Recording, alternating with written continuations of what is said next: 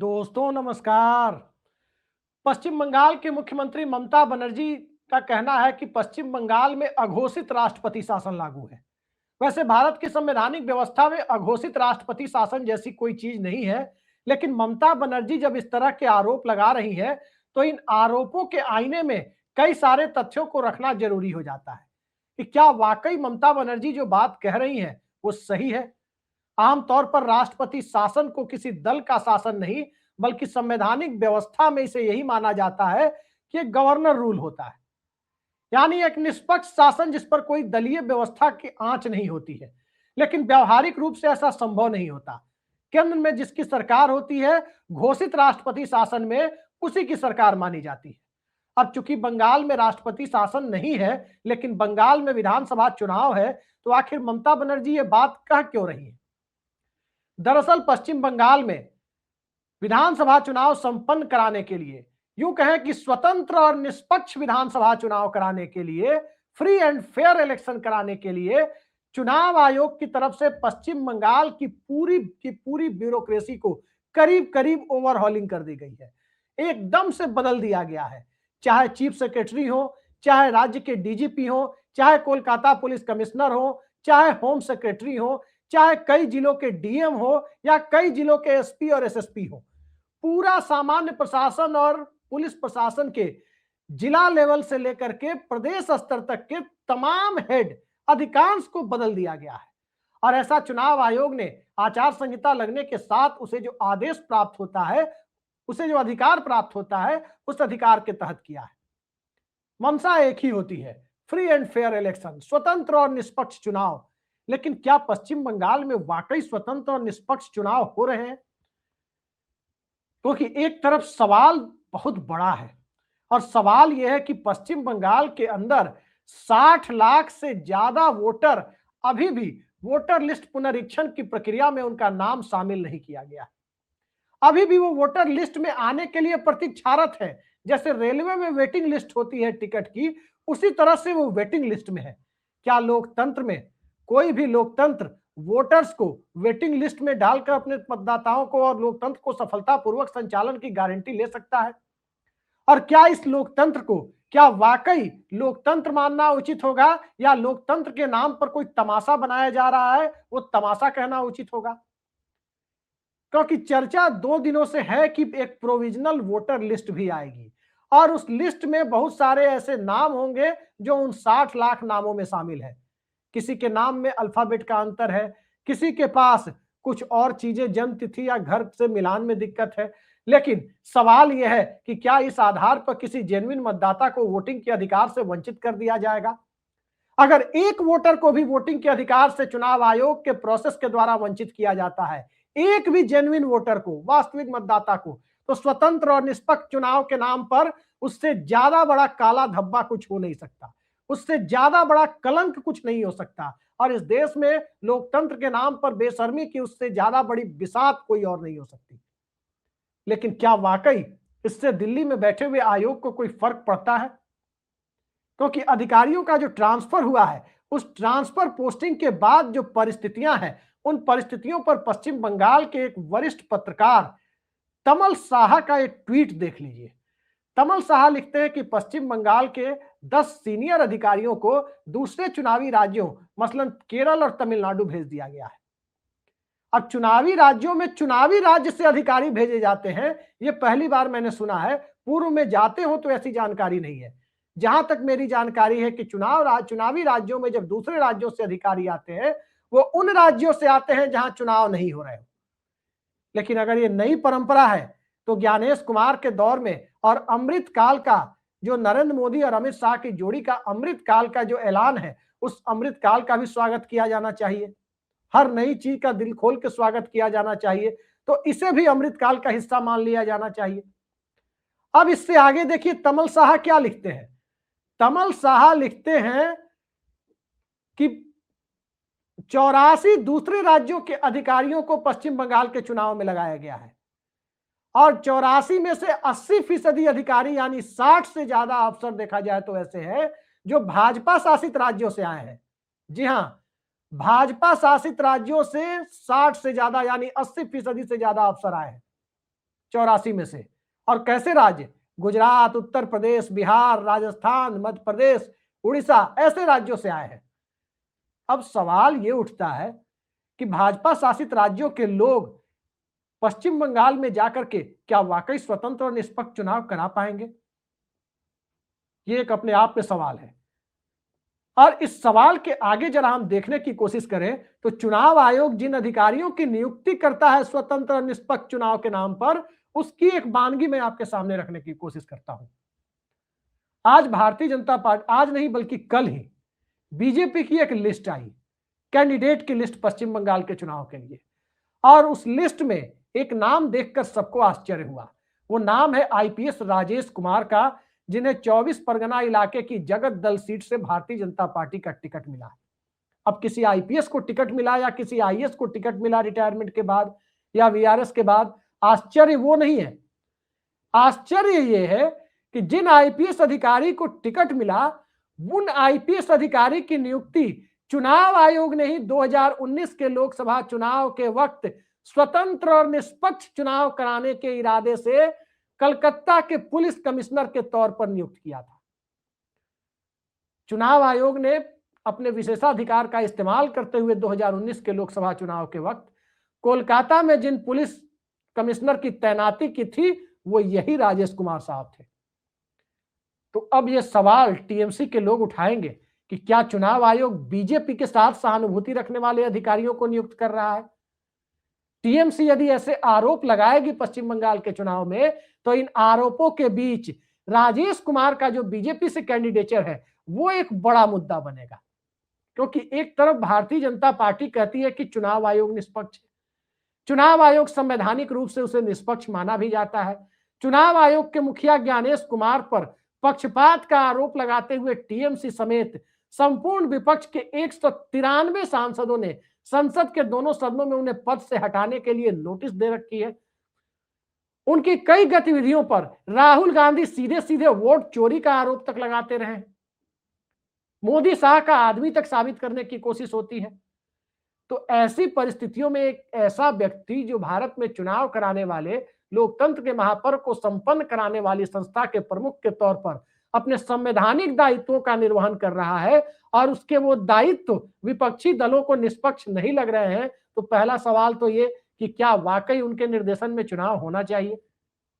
दूसरा सवाल कि ऐसे अधिकारी को चुनाव आयोग ने 2019 के लोकसभा चुनाव में कोलकाता के पुलिस कमिश्नर को हटाकर कोलकाता पुलिस कमिश्नर बनाया था, वो अधिकारी आज बीजेपी के टिकट पर चुनाव लड़ रहा है। तो सवाल तो पश्चिम बंगाल के अंदर उठेंगे कि चुनाव आयोग क्या भारतीय जनता पार्टी के इशारे पर ऐसे लोगों को नियुक्त कर रहा है, जैसे लोग कहीं ना कहीं किसी न किसी सिस्टम के द्वारा किसी खास दल से संबंध रखते हैं।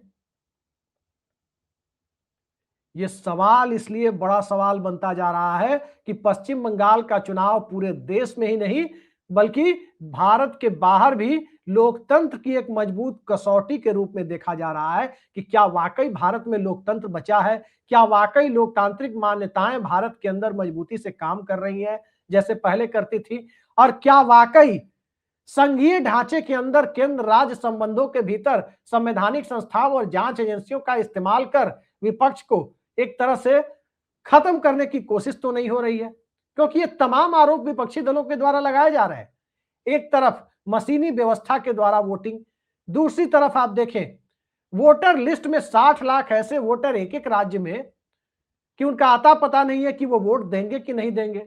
तीसरी तरफ स्टेट की पूरी ब्यूरोक्रेसी को हटाकर ऐसे लोगों को लाया जाना जिनके बारे में कोई गारंटी नहीं ले सकता कि आने वाले समय में वो भारतीय जनता पार्टी में शामिल ना हो जाए।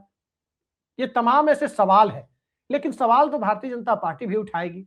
भारतीय जनता पार्टी ये सवाल उठाएगी कि राजीव कुमार जो कोलकाता पुलिस कमिश्नर थे, जो ममता बनर्जी के द्वारा नियुक्त किए गए थे, और 2019 में उन्हें ही हटाकर, जी हां, उन्हें ही हटाकर राजेश कुमार को कोलकाता का पुलिस कमिश्नर चुनाव आयोग ने बनाया था। उन राजीव कुमार को भी तो टीएमसी ने राज्यसभा भेजा है। सवाल यह है कि टीएमसी एक पॉलिटिकल पार्टी है, जैसे भारतीय जनता पार्टी एक पॉलिटिकल पार्टी है। एक पार्टी किसी को भेजती है, एक पार्टी की सरकार किसी को अपॉइंट करती है, उस पर आरोप लग सकते हैं। अगर बीजेपी के लोग टीएमसी के ऊपर आरोप लगा रहे हैं तो उसमें कुछ भी गलत नहीं है, टीएमसी के लोग बीजेपी के ऊपर आरोप लगा रहे हैं, उसमें कुछ भी गलत नहीं है। लेकिन जिस अधिकारी को न्यूट्रल मानकर, निष्पक्ष मानकर चुनाव आयोग अपॉइंट कर रहा है और वो आदमी भारतीय जनता पार्टी में आगे चलकर शामिल हो जाता है और टिकट पाने में कामयाब होता है, तब तो सवाल उठेंगे। राजनीतिक दलों की सरकारों द्वारा नियुक्त व्यक्ति यदि कुछ करता है तो ये अलग मुद्दा है, लेकिन संवैधानिक संस्था जिसे निष्पक्षता का सबसे बड़ा लोकतांत्रिक अंपायर माना जाता है, उस अंपायर के द्वारा नियुक्त व्यक्ति यदि किसी राजनीतिक दल का हिस्सा हो जाता है तो पूरी चुनाव प्रक्रिया पर तो सवाल लोग उठाएंगे। और इन सवालों के दायरे में यदि बंगाल का मौजूदा चुनाव हो रहा है तो 294 सदस्यों के चुनाव को प्रभावित करने के लिए 60 लाख वोटर, जिन्हें एडजुडिकेशन के नाम पर अभी जिनकी वोटिंग राइट्स को पेंडिंग रखा गया है, अगले चुनाव में वो वोट डालेंगे कि नहीं डालेंगे कुछ भी तय नहीं है। सुप्रीम कोर्ट डेडलाइन देता रहा, बावजूद इसके अब तक उनका नाम वोटर लिस्ट में जुड़ नहीं पाया। तो 60 लाख वोट तो किसी चुनाव को प्रभावित करने के लिए बहुत ज्यादा होते हैं। पिछले विधानसभा चुनाव की बात यदि हम करें, 2021 के चुनाव की, उस चुनाव में क्या हुआ था? उस चुनाव में बीजेपी और टीएमसी के वोटों के बीच तकरीबन 60-62 लाख वोटों का ही फासला था।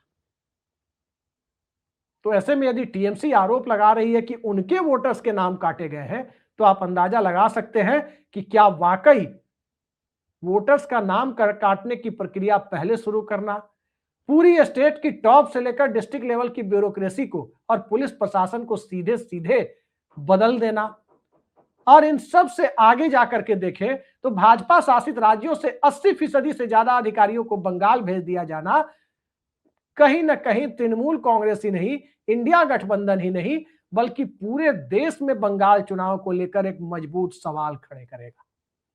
और इन सवालों से ज्ञानेश कुमार को इसका जवाब भी देना होगा, क्योंकि एक संवैधानिक संस्था के नाते जवाब देना उनका काम है। एक स्वतंत्र मीडिया के नाते सवाल पूछना हमारा कर्तव्य है। स्वतंत्र नागरिक के नाते संदेहवादी व्यवस्था में एक व्यक्ति का संदेहवादी होना यह हमारे स्वभाव का हिस्सा है, लेकिन इन सब के बीच लोकतंत्र और लोकतांत्रिक प्रक्रिया संदेहों से परे रहे, यह सुनिश्चित करना भी ज्ञानेश कुमार और उनके नेतृत्व वाली संस्था का काम है। क्या वो संस्था वाकई आज दबाव में है किसी? और ऐसे किसी कथित दबाव का जिक्र यदि राहुल गांधी कर रहे हैं, मैं नहीं जानता वो दबाव में है या नहीं है, लेकिन पश्चिम बंगाल में जिस ढंग से चुनाव को संपन्न कराने की कोशिशें हो रही है, उस पूरी प्रक्रिया को यदि आप ध्यान से देखें तो उन आरोपों को बल मिलता हुआ तो थोड़ा या ज्यादा जरूर दिखाई देता है कि क्या वाकई ये टीएन शेषन के जमाने का आयोग नहीं रहा। वो टीएन शेषन जो कहा करते थे कि मैं अपने नाश्ते में इस देश के बेकाबू और बदतमीज नेताओं को खाता हूं, आज की तारीख में क्या उस तरह की बात करने की हैसियत किसी मुख्य चुनाव आयुक्त की है? जेम लिंगदोह की सीधी टकराहट गुजरात के मुख्यमंत्री नरेंद्र मोदी से हुई थी, सीधी टकराहट हुई थी। और निष्पक्ष चुनाव कराने के ओर से सुनिश्चित करने के लिए जेम लिंगदोह ने अटल बिहारी वाजपेयी की सरकार होते हुए भी, यानी भाजपा सरकार होते हुए भी कदम उठाए थे। और अटल बिहारी वाजपेयी की तरफ से इस मामले में जेम लिंगदोह के खिलाफ एक शब्द नहीं बोला गया। गुजरात के मुख्यमंत्री भले ही जो बोले, लेकिन दूसरे लोगों ने जुबान नहीं खोली थी। आज की परिस्थितियां दूसरी है। एक तरफ ट्रोल आर्मी, 2 रुपए वाले ट्रोल जो हमारे आपके वीडियो पर आके उटपटांग कमेंट करते हैं, किसी के फेसबुक पोस्ट पर, किसी के दूसरे सोशल मीडिया पोस्ट पर कमेंट करते हैं। आज एलपीजी महंगा हो रहा है, डॉलर की कीमत 93 पार कर गई है।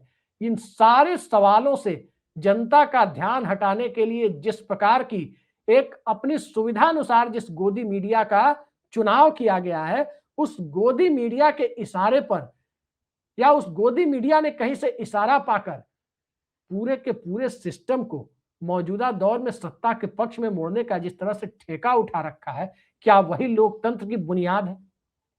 पश्चिम बंगाल का चुनाव कई सारी चीजों को तय करने जा रहा है, और बंगाल के चुनाव में जहां सीधी लड़ाई भारतीय जनता पार्टी और टीएमसी के बीच है, वहां भाजपा बनाम टीएमसी की इस चुनावी जंग में इतना तो तय है कि पश्चिम बंगाल में जहां एक तरफ सांप्रदायिकता का ज्वार खड़ा करने की कोशिश होगी, वहीं दूसरी तरफ से दूसरी ऐसी कोशिशें भी होंगी जिसके तहत सांप्रदायिकता के ज्वार की जगह क्षेत्रीय भावनाओं का ज्वार खड़ा किया जा सके, बांग्ला अस्मिता को ऊपर लाया जा सके। तो क्या ये चुनाव भारतीय जनता पार्टी के चुनावी हिंदुत्व बनाम बंगाली अस्मिता पर जा रहा है? और चुनावी हिंदुत्व बनाम बंगाली अस्मिता, बांग्ला अस्मिता के इस चुनावी जंग में पश्चिम बंगाल के वोटर्स के सामने लोकतंत्र को और सबसे बड़े महापर्व यानी चुनाव को संपन्न कराने वाली संस्था की भूमिका को देखते हुए भी उस भूमिका को भी मुद्दा बनाते हुए वोटिंग करने का फैसला करना होगा। बंगाल जागृत लोकतंत्र और मानवाधिकारों को लेकर पूरी दुनिया में जाना जाता है। ये वही बंगाल है जिसने ब्रिटिश हुकूमत को भी चैन से नहीं रहने दिया और हालात ये आ गए कि बंगाल विभाजन का फैसला लेने के बावजूद, उसे रद्द करने के बावजूद भी कोलकाता में चैन नहीं मिला तो ब्रिटिश हुकूमत को राजधानी उठाकर दिल्ली आना पड़ा था। यह है बंगाल, यह है कोलकाता और यह है बांग्ला जनमानस की भूमिका कि लोकतंत्र के साथ किसी समझौते को, किसी भी प्रकार के कंप्रोमाइज को स्वीकार नहीं करती। आज की तारीख में क्या बंगाल के अंदर गुजरात लॉबी का कथित शासन स्थापित करने में दिल्ली में बैठे हुए संस्थान भी मदद कर रहे हैं? या वाकई ममता बनर्जी ने पश्चिम बंगाल के शासन को इतने निचले स्तर पर ला दिया है कि चुनाव आयोग को इस तरह के अधिकारियों को नियुक्त करना पड़ रहा है जो आगे चलकर बीजेपी में शामिल हो जाते हैं, उनकी कोई गारंटी नहीं है कि वो क्या करेंगे। कई महत्वपूर्ण सवाल हैं और इस महत्वपूर्ण सवाल के बीच पश्चिम बंगाल का चुनाव सिर्फ बंगाल का चुनाव नहीं बल्कि देश का चुनाव बनता जा रहा है। देखते हैं इसका नतीजा क्या होता है, लेकिन जिन अधिकारियों के सहारे स्वतंत्र और निष्पक्ष चुनाव की गारंटी ली जा रही है, उन अधिकारियों के स्वतंत्र और निष्पक्ष होने पर अब संदेह जरूर पैदा हो गया। आज के लिए इतना ही। नमस्कार।